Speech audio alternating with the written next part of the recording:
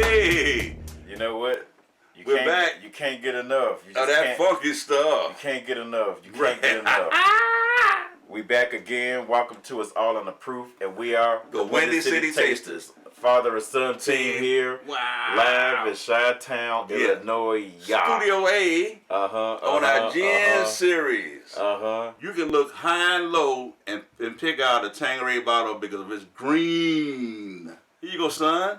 Continue with your thing. You shouldn't have. Go ahead and read. Charles Tanqueray.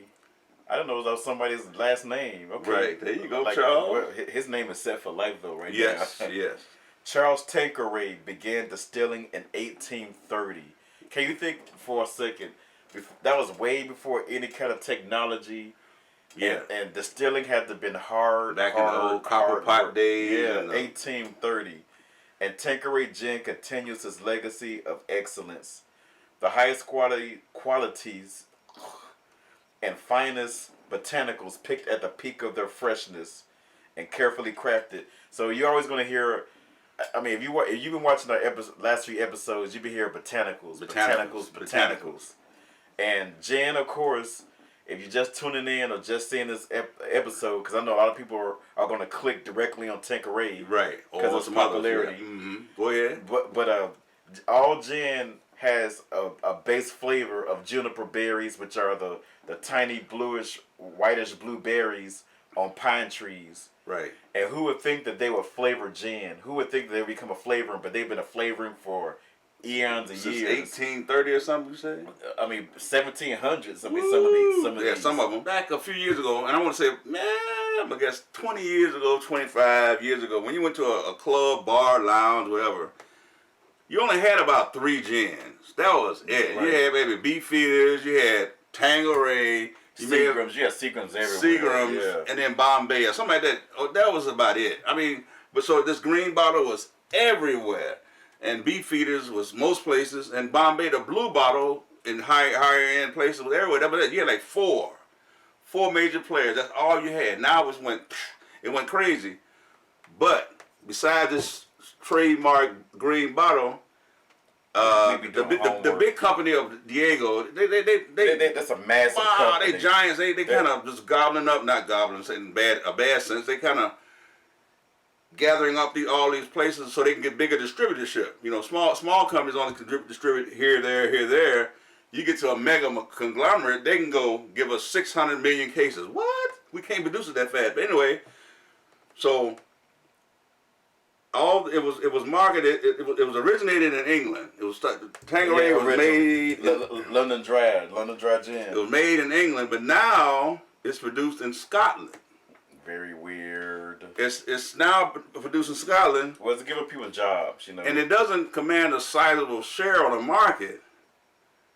Its largest market is the United States, and guess where? Wait for it. It's South Central Los Angeles. Can you believe that? South Central LA. From the West Coast, y'all. You know, it's the highest selling gin import, followed by Southern Europe. Everybody remembers back then when he came out with his first album, Doggy Style, and came out with Gin and Juice. And in that video, in the song, he mentions Tanqueray. In the video, Dr. Dre coming in there with a handful of Tanqueray. Everybody, that was a quadruple platinum album.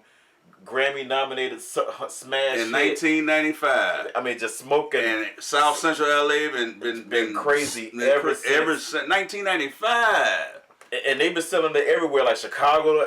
Everybody has New York. What about New York, Texas? What about all these other? What about I mean, Wyoming. People are probably drinking it up there. Yeah. Sit on the horse, fall off a horse. But the major market is South Central LA. It's double distilled. Double twice. Some people have 9 times, 25 times. Double distill of grain, and the botanicals, the flavorings are added in the second distillation. The 4 major ones are juniper, coriander, of course, angelica root, and licorice. Now on the bottle it says distill 4 times. So somebody lying. But we do know one thing, that the botanicals are added in the second distillation.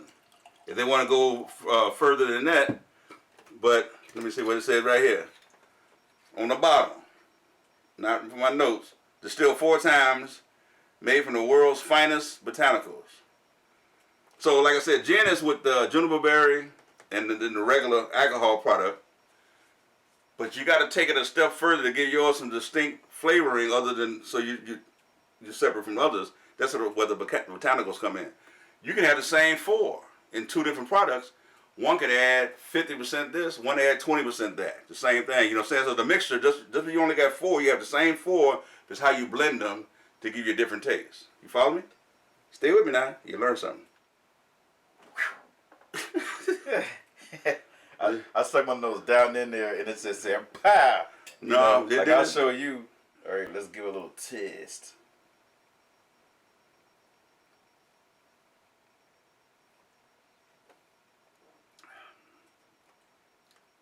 It does taste like it's been distilled more than a couple times. Okay. It's real smooth. Now the thing is, to me, the finish is gone. You know, it's quick finish. Yeah, it has a little linger of coriander, a little linger of this. Mm-hmm. But the finish is like, you know. Well, that's okay. Maybe that's what you want.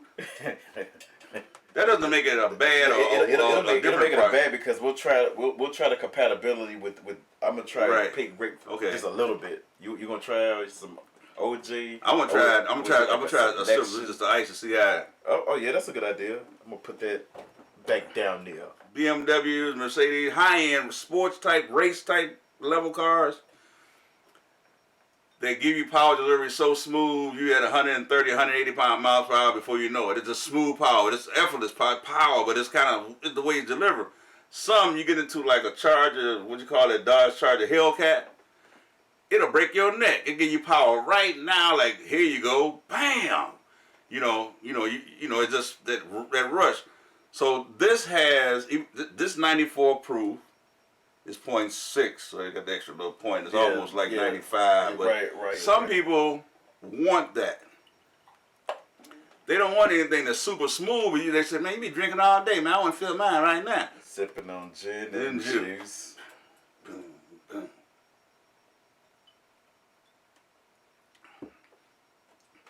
I like this better with the juice. This is the taste. Snoop Dogg. This is where the lion tang went pow. Oh, shizzle. And the juice man makes it like, hold back. My taste buds are gonna go here. Now, I want to show the camera first. So I gave it a 8. There you go. No, I gave it an 8. I gave it a 5 because this is affordable. This is easy to drink. And but this tastes to me. This tastes even better with whatever juice you like. This is Ruby Red here. This tastes a lot better to me with juice because it's made to be a part of something. It's made to be in a good cocktail, whatever cocktail you prefer, like a gimlet or is it gimlet, whatever you say. All right. So there you have it. So we be sipping on our Tanqueray, walking down the street. Go ahead. Walking down the street. Walking down the street. Well, you know what? We're going to walk into the next episode. Right after this one. And until the next episode, it's also Dr. Dre and Snoop Dogg rapped on. It's all in the proof.